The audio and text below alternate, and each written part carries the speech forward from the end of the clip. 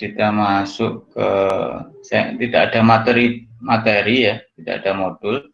Saya akan memperlihatkan penggunaan software untuk memasukkan prosesor ya ke dalam FPGA ya, atau mengcustomize prosesor dalam FPGA sebagaimana teori atau topik yang kemarin kita bahas ya.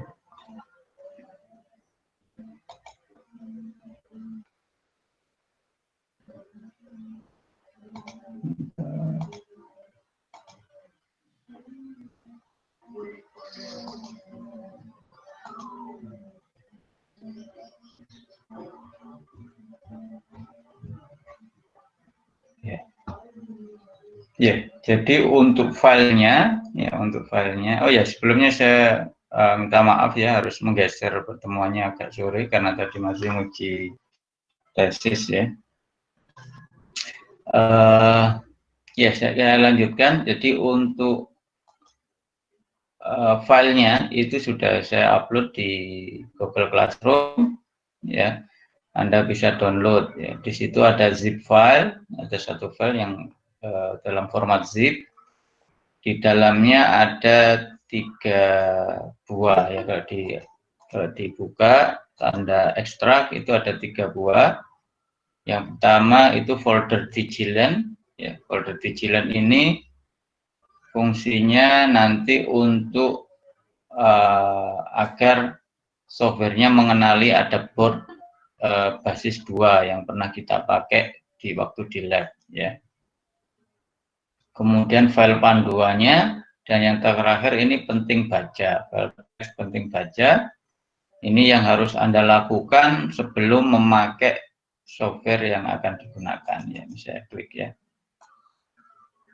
Jadi di sini kita bisa lihat ya, itu langkah-langkah berikut untuk pertama kali ya, menggunakan software Siling Platform Studio atau Siling SDK yang ada di laptop ya. Di software ini ya itu sudah otomatis terinstall ketika kemarin Anda sudah menginstal Siling IC Project Navigator, otomatis ini sudah terinstall.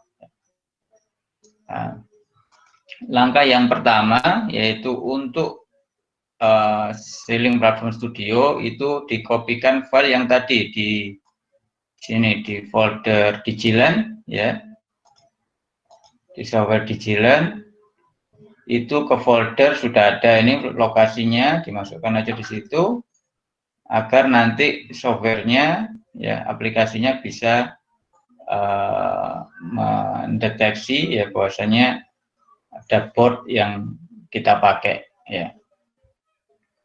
Kemudian yang kedua untuk software yang keduanya lagi ya Siling SDK. Jadi memang untuk mempergunakan FPGA sebagai embedded system ya, langkahnya 2 ya. Yang pertama menyiapkan platformnya, namanya softwarenya Siling Platform Studio ya.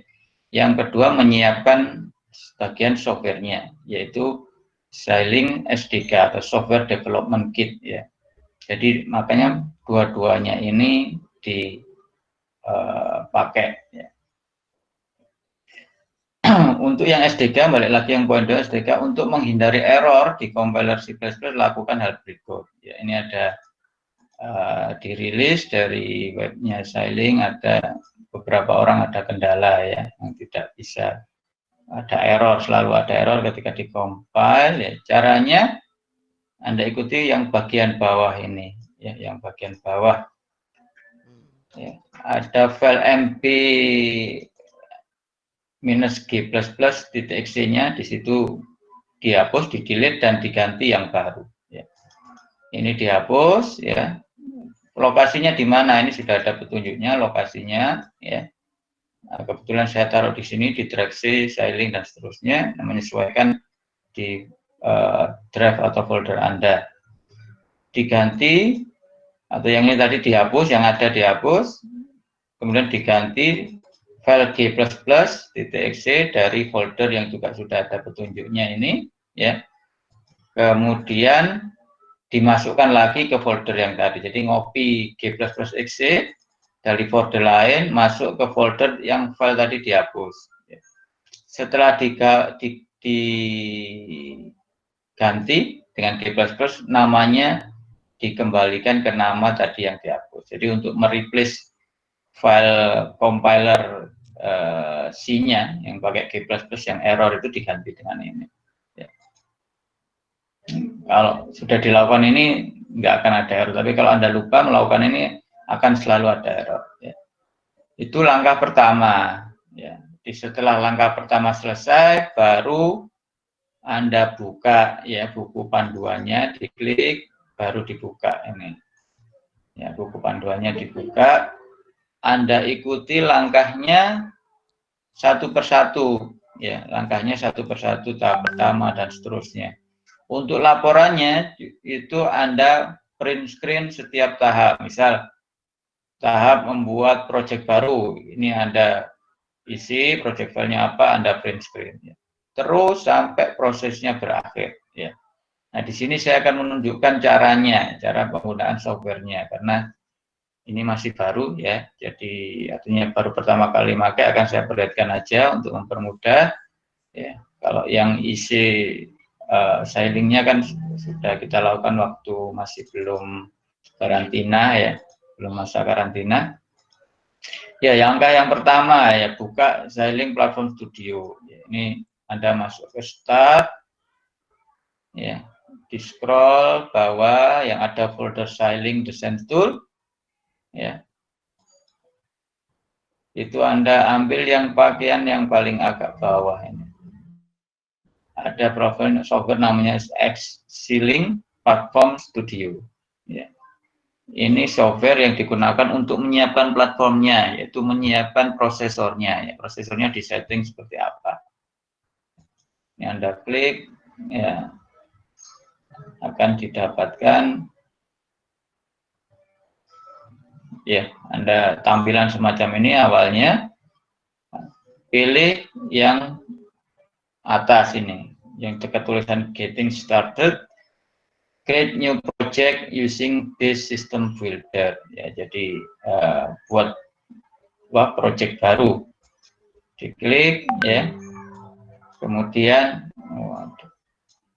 kemudian Anda isi nama projectnya apa, misal lab 11C, ini kan saya kasih nama, kemudian foldernya Anda taruh sesuai dengan laptop Anda ya, misal ini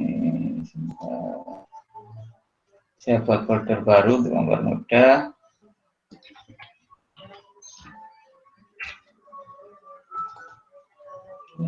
Save. Kemudian untuk busnya, interface-nya, interconnect-nya itu pakai yang kedua, yang PLD. Nah, karena pakai microbase yang atas ini untuk yang kalau prosesornya ARM, karena kita pakai yang microbase, pakai yang bawah PLD. Ya, Anda ikuti petunjuknya ini, tahap ini sudah Anda print screen. Ya. Sudah, klik OK ya. Sebagai petunjuk diklik OK. Nah, ini mulai dia akan tahap demi tahap ya prosesnya. Ya, ini sistem builder ini maksudnya ini. Ini sistem pertama ya. Di awal apakah membuat baru atau memanggil yang sudah ada. Karena kita ingin membuat yang baru, maka kita pilih yang pertama, kemudian next. Ya. Nah, di sini ada boardnya. Ya. Nah, boardnya ini nanti bagiannya adalah dia akan, kalau sudah ada boardnya, buat apa? Sudah dari vendor yang membuat, itu enak, nanti tinggal beberapa interface ya itu dia sudah menyediakan, tinggal kita beda langsung milih ya. Kalau enggak ya berarti harus generate dari awal ya, semuanya dari awal. Nah, ini enggak perlu karena kita pakai dari yang sudah ada. Ini kebetulan tadi ya di awal langkah awalnya tadi kan kita diminta untuk mengcopy file Digilen tadi ya. File yang ini yang ada 3 foldernya di-copy ke lokasi yang sudah ditunjukkan di file teks. Itu efeknya di sini ya. So port Digilennya dikenali. Kalau Anda belum melakukan ini maka Digilennya di sini nggak akan ada. Ya. Nah, kebetulan ini pakai Digilen ya. Nanti kalau Digilen nggak ada, yang tampil hanya Xilinx aja. Jadi ini kalau yang Xilinx berarti vendornya, pembuat boardnya Xilinx. Dan kita Digilen ini portnya sudah dijelaskan dia ada apa aja. Ada port VGA, port PS2 keyboard ya, kemudian switch 8 LED, 7 segmen 4 ya, dan seterusnya ya. Atau kalau Anda perlu coba-coba dengan spek FPGA yang lebih bagus, bisa pakai yang Xilinx ya, misal pakai yang Spartan 6 ya. Nah, di sini fasilitasnya lebih banyak ya, karena dia kapasitasnya lebih besar ya. Dia ada apa aja ini, ada EEPROM-nya, bahkan PCI Express ya, kemudian Ethernet card ya, itu sudah dalam satu itu. Balik lagi ke mengikuti petunjuk praktik, petunjuk modulnya, kita pakai yang Digilen ya. Sudah dipilih, baru kita pilih next ya. Selanjutnya sistemnya, kita mulai customize sistemnya, apakah pakai single prosesor atau dual prosesor ya. Dual core, single core atau dual core. Nah, misal kita pakai dual core ya. Di sini ada peringatan kalau kita pakai dual core. Di bagian bawah ini dual processor design may require more FPGA resources than the Spartan chip can provide. Artinya penggunaan yang dual processor ini ada kemungkinan logic resource yang ada di FPGA yang kita pakai itu tidak cukup ya, ada kemungkinan tidak cukup karena memang resource-nya besar, core-nya besar ya. Nah, di sini maksudnya customize itu. Kita adanya apa, perlunya apa itu bisa kita sesuaikan. Nah, di sini kita pakai aja yang single processor system. Kalau FPGA kita yang versinya lebih baru ya dengan kapasitas lebih besar, itu nggak masalah pakai dual core ini. Nah, ini kita pakai yang single core ya. Pakai yang single core, sistemnya kemudian diklik lagi ya. Nah, prosesornya tipenya apa? Ya, itu ada 2 sebetulnya, PicoBliss sama MicroBliss. Ya. Nah, ini sudah dia disetkan yang MicroBliss. Ya. Kemudian clock-nya, frekuensinya berapa? Bisa 75, 66, 62, 50. Ya, kita pakai aja yang 50. Ya. Kita custom lagi lokal memorinya. Bisa 8, 16, 32, 64. Ya. Tentu saja kalau semakin besar lokal memori yang dipakai, ya, otomatis resource yang terpakai akan semakin banyak di FPGA. Karena sebagaimana yang sempat saya sampaikan kemarin ya, ini ibaratnya kita punya VHDL, yang mana VHDL itu merancang prosesor, ya namanya MicroBliss. Kemudian kita bisa mengcustomize ya prosesor itu dengan user interface ini, ya milih single core, dual core, kapasitas memori ya. Yang nantinya kalau kita sintesis ya kita generate bit filenya, maka nanti FPGA-nya akan membentuk prosesor. Sehingga kita di sini mengcustom ya, semakin kita pilih yang fasilitasnya mewah, maka resource-nya yang terpakai akan semakin besar. Ya. Kita pakai 8 kilo aja. Ya di sini untuk latihan aja. Kemudian ini ada enable floating point unit ya untuk operasi yang menggunakan angka ada komanya ya. Nah ini perlu nggak? Kalau nggak perlu nggak usah diaktifkan. Kalau perlu ya diaktifkan. Ya, karena ketika kita pilih berarti resource-nya yang terpakai akan lebih besar. Nah, kalau nggak perlu ya nggak usah diaktifkan. Ya, itu maksudnya customize ya. Kalau kita pakai atau coding yang lain, coding microcontroller, microprosesor itu hardware-nya sudah ada, ya. Kita nggak bisa customize di sininya. Ya. Di hardware-nya sudah ada, kita pakai hanya menggunakan bagian software development-nya, itu apa coding-nya, software bagian coding. Kalau ini kita ada 2 tahap. Pertama menyiapkan hardware-nya, hardware-nya, ya. Kemudian tahap berikutnya nanti menyiapkan atau membuat bagian softwarenya atau aplikasinya. Nah, balik lagi ya ke sini, prosesornya sudah di set ya, sudah di customize, kita klik next. Ya. Nah, setelah prosesor ya di sini itu peripheralnya ya, atau perangkat-perangkat apa yang terhubung ya, atau I/O apa yang terhubung ya, perangkat apa yang terhubung. Nah, di sini tadi kan kita di awal sudah milik board ya, boardnya apa, Digiland dan seterusnya, itu ada kita pilih, dia otomatis akan menyertakan semua yang ada di board itu ya, disertakan di sini ya. Jadi kita sudah masalah 7 segmen ya. Kalau kita butuh ya biarkan aja di sini. Kalau kita misal nggak butuh ya, untuk menghemat resource ya kita kembalikan, kita remove. Nah, nanti dia balik di I/O device. Ya, kalau kita perlu ya balikkan lagi, dimasukkan di sini. Berarti interface-nya, controllernya masuk. Ya, semacam itu. Tentu saja kalau boardnya tadi semakin bagus ya, semakin mewah fasilitasnya, pilihan I/O-nya ini lebih banyak. Tadi kan ada yang Ethernet, ada yang PCI Express ya, banyak. Tapi kan kita untuk modul percobaannya yang kemarin sudah kita sempat pakai di kelas itu tipenya yang sederhana untuk basic ya, versi basic itu beberapa fasilitas ini yang ada, 7 segmen dan seterusnya. Ya. Ini kita pilih aja semua, sudah di sisi kanan, berarti sudah dipilih, peripheralnya apa aja sudah ada di sini. Kita klik next. Ya.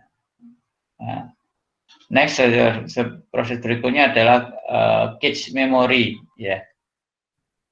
Ya karena kita pakai Spartan yang sederhana ya, microblaze-nya di sini tidak ada cache memory, jadi kita langsung bisa next saja. Ya.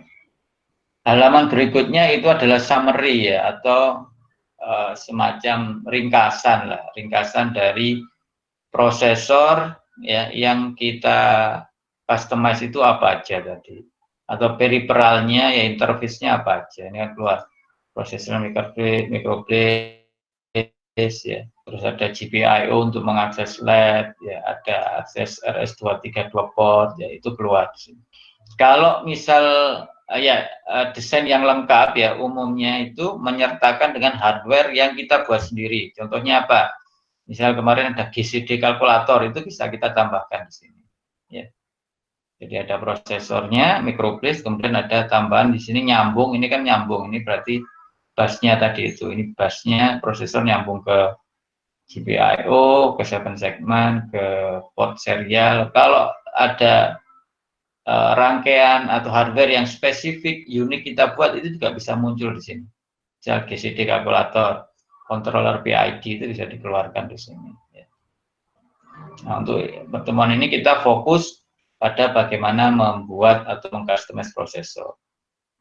Ini tadi sudah lengkap, ya kalau sudah ada kita cek semua perangkatnya lengkap di sini, berarti sudah ada yang kita butuhkan. Atau yang tidak dibutuhkan mestinya bisa dihapus, jadi summarize di sini. Kalau sudah tepat, finish ya. Nah, setelah kita klik finish, nanti software akan menampilkan halaman awalnya. Tadi kan langsung ya, jadi langsung buat project, ini belum keluar halaman awalnya apa. Nah, ini tadi halaman awal dari project itu setelah kita buat seperti semacam ini ya. Yang pertama bus interface-nya ya, interface-nya itu bagaimana ya. Ya, ini microblaze-nya ya. Ya, microblaze-nya terhubung apa aja, port A, port B ya. Portnya, alamatnya ini yang penting nanti untuk mengakses softwarenya. Ada juga fasilitas graphical design view untuk memastikan ya. Jadi ini adalah semacam rangkaian koneksi skematiknya dari rancangan yang kita buat ya, tadi komponen yang kita pilih. Saya lihatkan di sini. Ya, ini ada microblaze ya, prosesornya 1 core, berarti hanya ada 1 di sini. Ya. Kemudian ada di sini beberapa peripheral kecil ya, saya zoom. Nah ini GPIO controller untuk 7 segmen ya. Kemudian untuk LED 8 bit ya. Kemudian untuk komunikasi serial 232 ya. Di sini. Kemudian tadi juga ada tambahan 1 buah RAM yang 8 kilo tadi itu ada di sini. Ini kontrolernya. Ini instruksi, ini data. Ada 2 jalur instruksi, jalur data. Ya. Semuanya terhubung ke memori. Kemudian ada lagi apa ini? Ya, pojok kecil. Ini clock generator. Ya, clocknya tadi kita set masuk tadi 50 MHz. Ya. Sebenarnya clocknya ini bisa dikali dia, masuknya 50, keluarnya bisa 75, bisa 100, nah, ini bisa jadi pengalih. Cuman masuknya 50, di sini keluarnya 50. Ini skematiknya, ya. Kemudian ada summary-nya. Ya. Summary ini kalau sudah dikompil dan sebagainya, tampilannya mirip dengan software yang sudah sering Anda pakai ya, yang isi. Nah ini kan sudah selesai. Kita rancangannya sudah dicek, grafikalnya tepat, ya, sistemnya tadi sudah ada semua komponen yang dibutuhkan. Nah, setelah itu kita cek dulu run DRC, yaitu run DRC ini design rule check, ya. Jadi dia untuk mengecek apakah rangkaiannya ada yang keliru atau tidak, ya. Diklik aja ini. Ya ini, berarti sudah ya. Ada warning aja satu, nggak masalah berarti ya. Ini di konsolnya sudah done, ini sudah selesai. Proses berikutnya itu kita buat ya sampai mendapatkan bitstreamnya. Bitstream itu bit file yang biasanya waktu di lab itu Anda upload di FPGA-nya kan, bit file. Sama ini kan hakikatnya dia seperti VHDL-nya sudah ada di generate di sini, kemudian dibuat bit filenya. Nah, langkah selanjutnya diklik generate netlist, generate bitstream, kemudian export design. Ya. Jadi hardware-nya, bit filenya tadi diekspor ke bagian aplikasi untuk membuat software prosesor tadi. Ya. Jadi di tahap ini, sampai tahap ini kita sudah pada tahap menyiapkan prosesornya sama hardware tambahan kalau ada. Kebetulan kali ini tidak ada hardware tambahan, itu maksudnya yang GCD, semacam GCD kalkulator itu atau hardware-hardware lain yang spesifik kita buat. Ya. Nah itu diekspor. Ya. Anda bisa diklik satu persatu atau langsung ekspor. Kalau klik ekspor nanti dia otomatis akan mengenerate netlist, kemudian generate bitstream-nya, kemudian diekspor. Ya, kalau petunjuk praktikum, petunjuk project-nya itu langsung ini ya, diklik, kemudian jangan lupa dicentang include bitstream ya.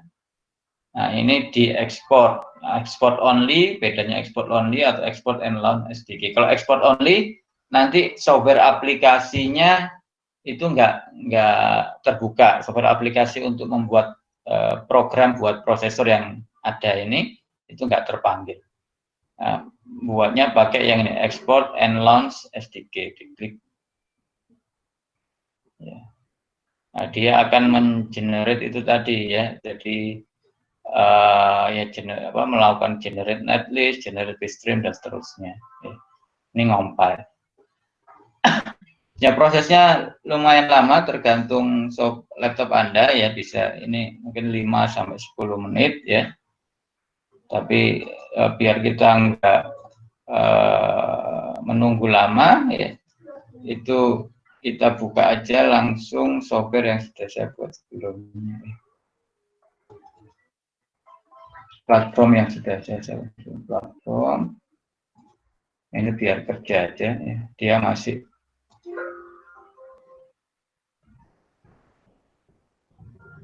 ya, yang kita buat tadi ini dia masih mensintesis ya, seperti Anda sintesis, implementasi sampai dapatkan bit filenya untuk dimasukkan ke hardware FPGA. Prosesnya memakan waktu, makanya kita langsung skip di situ yang sudah selesai proses generate bitstream-nya ya. Kita buat project yang ini yang ada. Nah, untuk mempersingkat waktu, kita masuk ke platform yang sudah di-generate streamnya. Ya. Ini sudah di-generate stream, jadi tinggal langsung diekspor. Ini diekspor, ya. Include stream tadi, ya, diekspor. Karena sudah di-generate di awal, sehingga dia cepat prosesnya. Nah, proses selanjutnya dia meminta lokasi untuk dijadikan apa folder untuk coding. Saya ambil yang default, ya. Kita buat klik OK.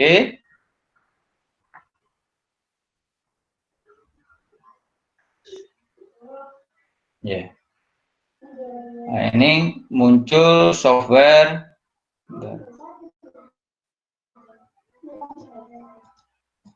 Ya. Muncul software untuk sealing otomatis keluar.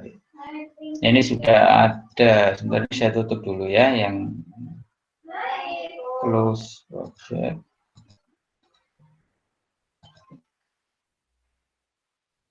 Ya. Awal kalau masih baru ya, baru awal tadi baru ya, baru membuat ya. Yang ada itu hanya ini aja yang bawah nih, yang folder Xilinx Platform Studio HW Platform ya. Yang muncul itu hanya ini aja ya. Hanya Xilinx Platform Studio HW Platform ya. Yang mana di sini ada 3 file ya. Ini kalau ada file memori kita nggak ada. Sistem bit itu bit file yang dari biasanya kita membuat dari file VHDL, kemudian dapat bit filenya, bit filenya diupload ke FPGA supaya menjadi hardware. Ada yang controller, ada memori, ada yang Vivo, ada yang terakhir kemarin GCD kalkulator, itu dia sudah bentuk seperti ini tadi. Ya. Kemudian yang kedua, yang ketiga ini sistem XML. Ini informasi dari sistem titik bit ini tadi. Jadi hardware yang kita sudah buat itu apa aja isinya. Nah, isinya ini ada prosesor, ya, ada ini controller, beberapa controller, kemudian ada LED untuk mengakses LED ya, GPIO, ada serial ya, ada clock generator ya. Tadi kita rancang platformnya ini informasinya ya. Kemudian sistem titik bit ini filenya yang akan diupload ke FPGA ya. Nah, ini masih platformnya ya, kita belum membuat aplikasinya ya. Nah, aplikasinya kita buat ya, karena ini baru platformnya aja. Yang atas ini yang saya buat sendiri ya. Yang pertama muncul itu yang bawah aja, nanti kalau Anda buat yang pertama muncul itu bawah aja. Nah, itu perlu dibuat ya. Oh ya, jadi saya ingatkan lagi, untuk laporannya Anda buat print screen step by step ya. Misal keluar gambar ini Anda print screen untuk dilaporkan, kemudian dikasih sedikit narasi. Nah, di buku petunjuknya itu hanya sampai ya, semua langkah tadi ada ya, yang kita tadi sudah ada di sini step by stepnya ini tadi ya. Ada sama tanda print screen, sudah DRC tadi sudah, ekspor sudah, ini yang ini sudah ya. Kemudian yang langkah 15 ya, saya ingatkan yang ini nggak perlu, ini salah ya, salah copy paste, salah memasukkan. Nah, yang langkah 16 ini yang bagian software itu tidak ada di buku panduan. Jadi Anda lakukan sebagaimana saya menjelaskan sore ini ya. Jadi platformnya sudah jadi, langkah adalah menyiapkan program yang akan dieksekusi. Yang menyiapkan programnya itu yang akan saya jelaskan pada hari ini ya. Pada sore ini. Sudah keluar tadi ya, dapat ini. Kita buat new file ya, new application project ya, membuat project aplikasi. Kita kasih nama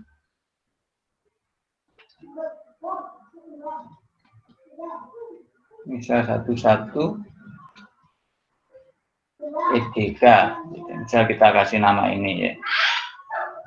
Nah, kalau kita memakai ini Yang perlu dicek hardware platform. Ini pastikan hardware platformnya sama dengan file yang di samping tadi platform yang kita buat. Namanya dipastikan sama, ya. Karena ada nama-nama yang lain, ya. Ada nama-nama yang lain. Kita pakai yang kita buat tadi. Prosesornya sudah betul, ya. OS-nya ada beberapa pilihan, ada Xilinx kernel, ada Linux, bisa standalone. Kita pakai yang standalone yang biasa, tidak ada OS di dalamnya, ya. Kita ambil aja yang C++, ya. Buat support package-nya ini drivernya, ya. Drivernya nanti terkumpul di sini. Ya. Sudah, diklik, pilih yang kosong, ya. Finish. Nah, dia akan membentuk dua file, dua folder baru. Di sini kita lihat. Ya, tadi kan hanya yang paling bawah, sekarang ada dua folder. Lab 11 EDK ini aplikasi, ya. Bagian nanti ada file C++-nya. Yang kedua yang BSP, board support package, ya. Ini bagian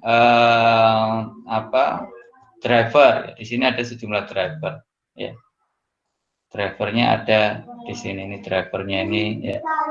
Itu kita nggak perlu buat, otomatis dia akan generate driver dari GPIO, terus apa tadi, serial, itu sudah di generate otomatis, ya. Kita fokus ke coding C++-nya. Kita buka, selanjutnya ada di source, main, ya. Nih, masih kosong, ya. Kita untuk ini, untuk buat baru, kita copy paste saja dari contoh yang ada, ya. Saya copy paste awal sampai akhir. Oke, bentar kita Kau inginkan yang lain. kita copy.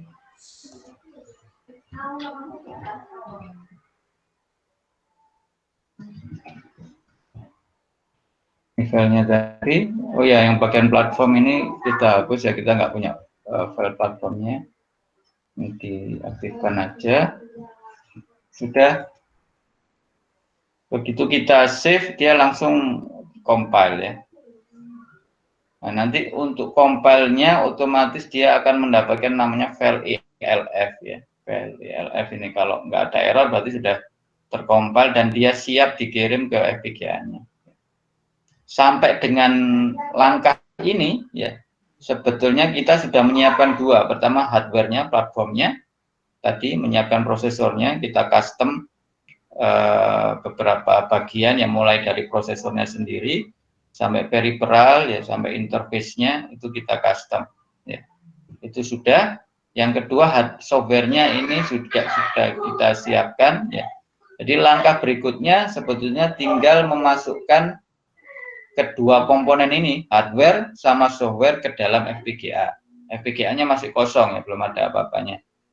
Nah, langkah selanjutnya, kalau ada hardware-nya, ya sayang sekali karena kondisi tidak memungkinkan, kalau ada hardware-nya, langkah berikutnya tinggal dimasukkan. Bagaimana caranya di sini? Di sini ada Xilinx Tools, itu program FPGA. Ya, jadi kalau kita klik program FPGA, nanti bit filenya, ya, yang tadi bit file, ya, file sistem bit ini, itu akan dikirim ke FPGA. Sama dengan yang Anda lakukan waktu sempat di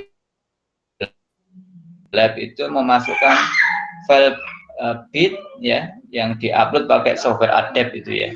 Cuman di sini dia otomatis nanti dia akan mendeteksi dari USB-nya, USB port, ya. Dia akan mendeteksi dia di mana, terus dia mengirimkan file bit filenya sehingga di FPGA akan terbentuk prosesor. Ya. Jadi pertama itu yang dilakukan adalah di program FPGA-nya dulu supaya prosesornya ada, siap, ya. Prosesor sudah ada, baru programnya dimasukkan. Bagaimana memasukkan programnya? Anda arahkan mouse-nya ke bagian aplikasi tadi, ya. Yang EDK, hati-hati jangan yang BSP, ya, yang EDK. Yang EDK, kemudian diklik ini. Ada Run As ini, ya. Run As, dipilih yang paling atas nomor 1. Sehingga kalau sudah diklik, jadi dua langkah klik sebetulnya. Yang pertama tadi memasukkan hardware-nya dulu, FPGA-nya, bit file-nya masuk. Nah, begitu masuk dia kan langsung terjadi proses rekonfigurasi ya. Konfigurasinya berubah, dia membentuk menjadi prosesor sama interface-nya sama periferalnya yang kita siapkan tadi. Ya. Sudah kita siapkan, selesai, baru softwarenya kita masukkan. Ya.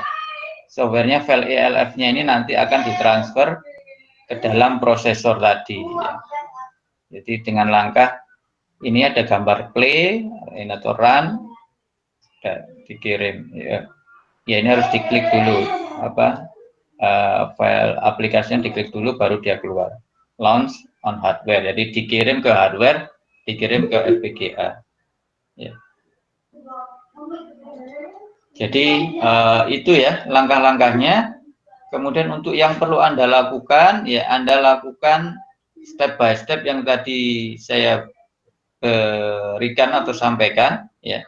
Sebagian besar langkahnya sudah ada di file petunjuk praktikum. Ya. Sudah ada di sini langkah-langkahnya. Yang bagian hardware ya, menyiapkan platform hardware-nya ada di sini. Yang menyiapkan platform software-nya itu seperti yang saya sampaikan tadi ya.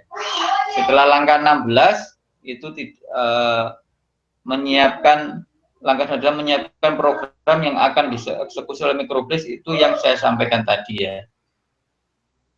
Mulai dari mana tadi yang bagian SDK-nya. Mulai dari membuat new application project ya. Ini tadi kita dibuat, ini Anda print screen terus sampai keluar keluar file projectnya, BSP-nya, Anda masukkan bagian programnya, main programnya, nah itu Anda print screen sudah sampai dapatkan kondisi ini, Anda dapatkan titik elf-nya ya, sampai Anda dapatkan kondisi finish building elf ya, artinya sudah di sini tidak ada error, di C++-nya ini nggak ada error. Ya, itu kalau ada hardware-nya ini nanti dia mengirimkan data ya ke lab, kalau yang membaca sama dikirim dari lab. Ya, saya rasa itu yang saya sampaikan di pertemuan hari ini ya, waktunya itu Anda coba sesuai petunjuk yang ada, ditambah mungkin sedikit tadi yang bagian penerapannya di softwarenya, menyiapkan bagian softwarenya. Ada yang ditanyakan atas apa yang saya sampaikan tadi atau tugasnya? Untuk tugasnya dijadikan satu ya, yang kemarin saya jelaskan sama yang hari ini jadi satu laporan.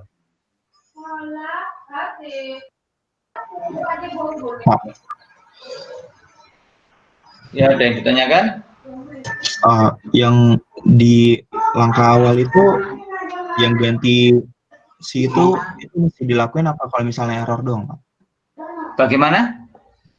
Kan yang di awal-awal ada file C yang perlu dihapus kalau misalnya nggak mau di-compile. File C yang harus dihapus. Yang di bagian readme itu loh, Pak. Bagian readme. Yang bagian yang ekstrak, Pak, yang diekstrak di awal. Yang penting baca itu, Pak. Oh, ini. Iya. Iya. Iya, nah, itu kan ini harus dilakukan dulu ya. Ini penting baca, ini harus dilakukan dulu sebelum buka semua aplikasi itu tadi. Karena kalau enggak nanti ada step di sini. Ada step maaf sebentar. Ya, ini. Waktu masuk ini ya, ada prosesor type ya. Itu kok prosesor type. Board. Nah, ini.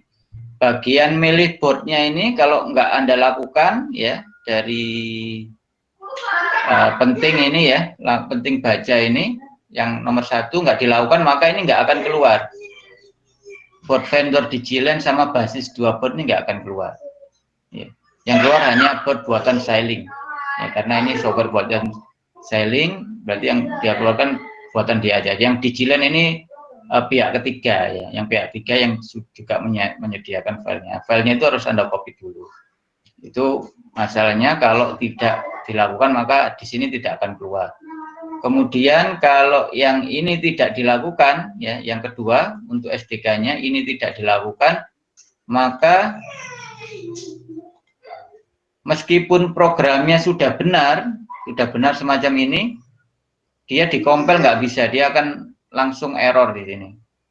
Jadi errornya bukan di programnya, tapi dia nyebut ada error di C++ compiler. Ya, jadi compilernya salah, gitu, nggak cocok atau salah gitu ya informasinya. Nah, makanya sebelum memakai itu langkah ini harus dilakukan ya, yang bagian ini.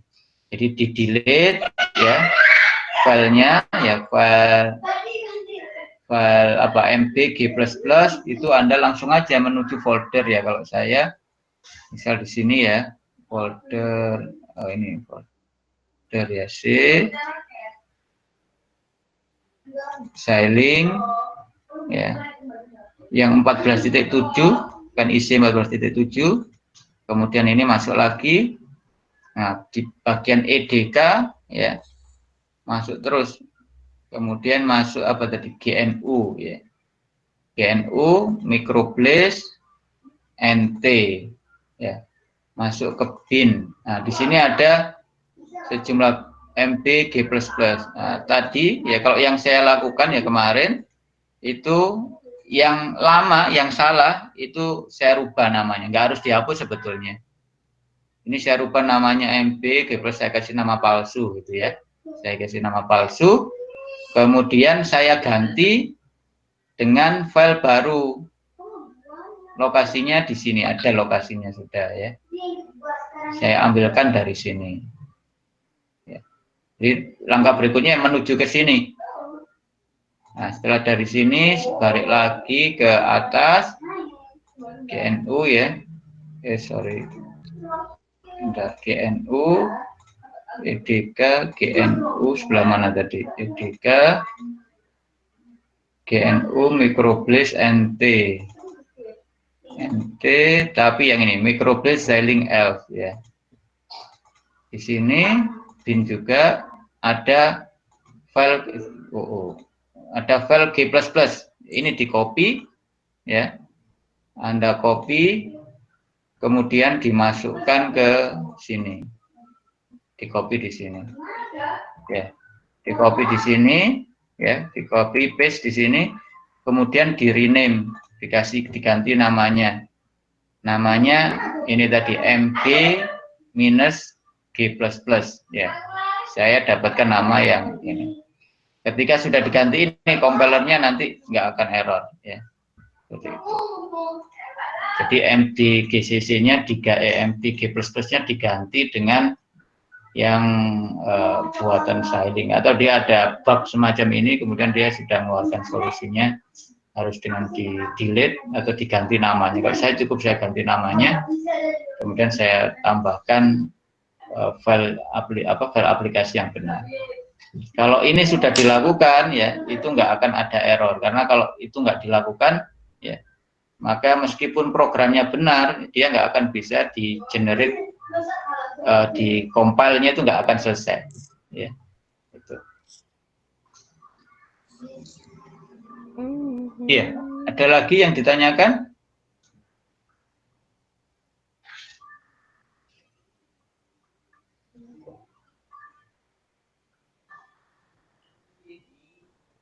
Cukup? Ya. Kalau cukup, ya jangan lupa filenya Anda ketiga file ini ya.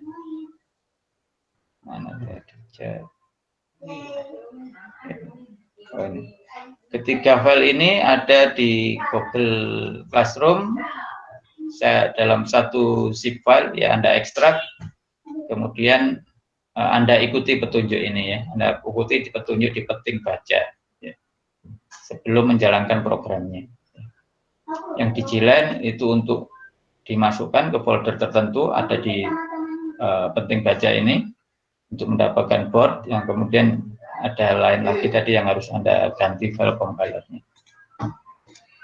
Ya, saya rasa itu. Kalau nggak ada pertanyaan lagi, saya cukupkan. Sekian, sampai ketemu lagi pekan depan, insya Allah. Ya, belum tahu liburan mulai kapan. Nanti mungkin masih ada pertemuan pekan depan. Ya, saya cukupkan. Sampai ketemu pekan depan. Assalamualaikum warahmatullahi wabarakatuh. Waalaikumsalam. Waalaikumsalam warahmatullahi wabarakatuh. Pak. Terima kasih, Ya, Pak. sama-sama. Terima kasih, Pak.